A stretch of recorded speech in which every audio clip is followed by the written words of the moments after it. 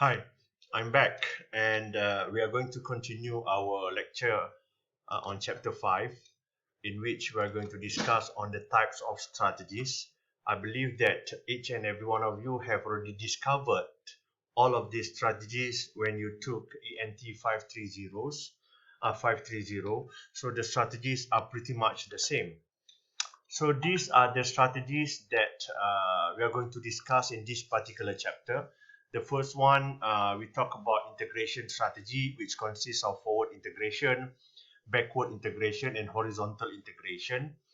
Forward integration, you try to gain ownership or increase control over distributors or retailers.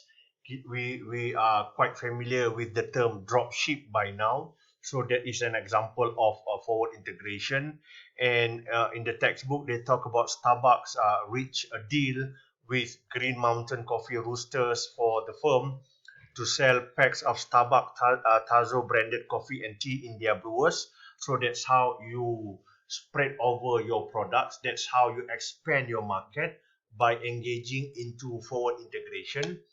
And then the second one, we have backward. So backward, as the term implies, meaning that you seek ownership and increase control of a firm supplier. Why do we need to do this? Why do we need to do that? Because we want to ensure the continuity, the quality of our supplies. Because sometimes the supplier, they keep on fluctuates. Today they have the materials, they have the raw materials, but tomorrow they don't have. And then sometimes the price also keep on fluctuating, and that's why you need to get control of your firm suppliers. And then horizontal integration is seeking ownership or control over the competitors. Sometimes when it is not good for you to have so many competitors, so the portion of your cake is going to become smaller and smaller and smaller. So how do organizations overcome this?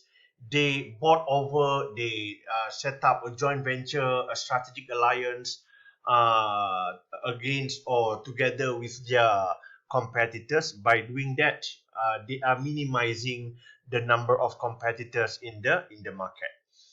And then the next one, we have market penetration, market development, as well as product development. So these are among the what we call it as intensive strategy. Market penetration, market development, and product development. This is what we call as the intensive strategy. Market penetration strategy seeks to increase market share for present products or services in present markets through greater marketing efforts. So you do a lot more marketing activities, you do a lot more promotion, billboards and everything, in order to increase the sales or your market share for your existing product in the existing market. So that is market penetration. Market development involves introducing present products or services into a new geographical area, meaning that you take an existing product, this is your existing product, and you bring into a new market, you bring into a new area, a new state, a new country, for example. That is part of market development. The easiest one that we can identify, for example, Cendol Kampung Ulu, their main operation geographical area, everybody knows, is in Malacca.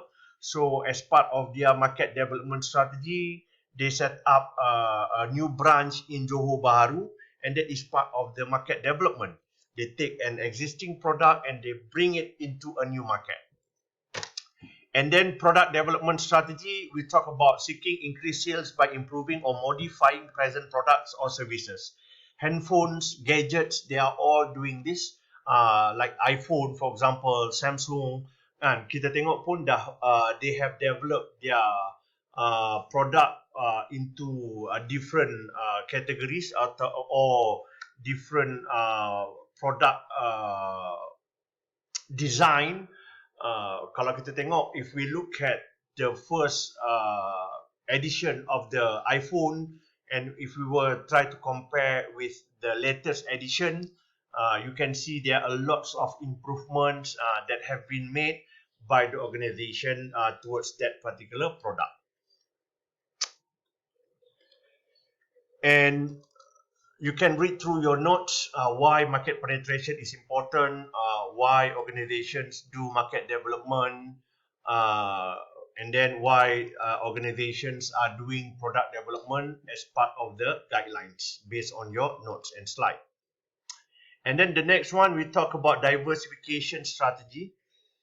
Some organizations, they would go into related diversification, and some of them, they would go into unrelated diversification. How are we going to differentiate between related and unrelated?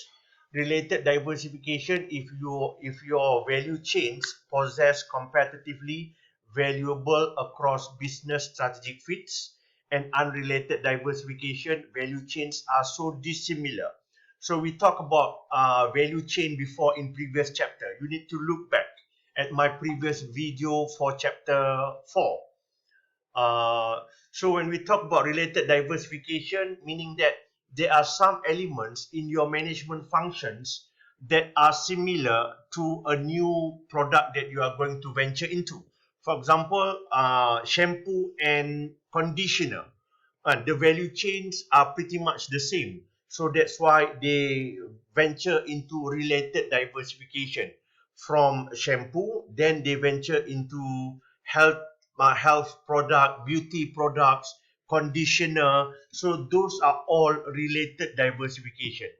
But what we mean by unrelated diversification is that the value chain is so dissimilar. For example, you are in the car service industry, like Honda Service Center in Senawang. But in that center, they also have an office of traveling agency owned by the same company. So these are two different types of businesses, and that's what it means by unrelated diversification.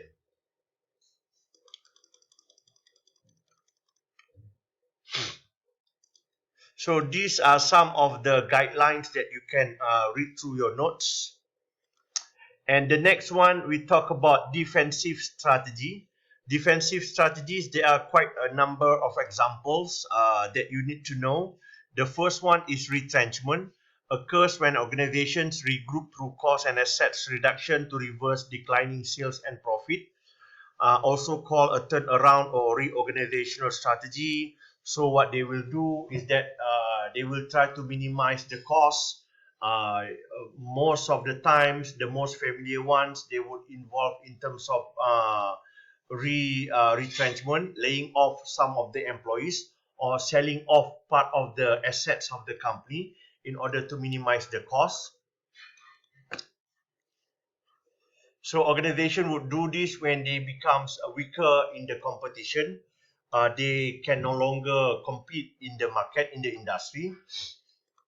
And there are two types of retrenchment strategy. Restructuring involve reducing the size of the firm and employees, divisions, hierarchical levels. And then why we do restructuring? Because we want to improve the effectiveness and efficiency. And then re-engineering, we don't lay off, kita tak terminate employees, but we reconfigure and redesigning the jobs and works by improving the cost and quality as well as the service. And this is the way that you change the way on how work is being done. And this is more of like a tactical decision by the organization. And then we have divestiture, selling a division or part of an organization, often used to raise capital for further strategic acquisition or investment. Oh, before I forget, when we talk about laying off employees, this involved in terms of restructuring. But when you redesign, that is part of re-engineering. And the last strategy that we are going to discuss is liquidation. When everything else is not working, you try to retrench. It is not working, you try to re-engineer your job processes. It is also not working, so you try to sell off your division, your factory, your outlets overseas. It is still not working, so the last option is for you to liquidate, selling off all of the assets and for their tangible worth, and then you pay off all of your debts and loans, for examples. Thank you.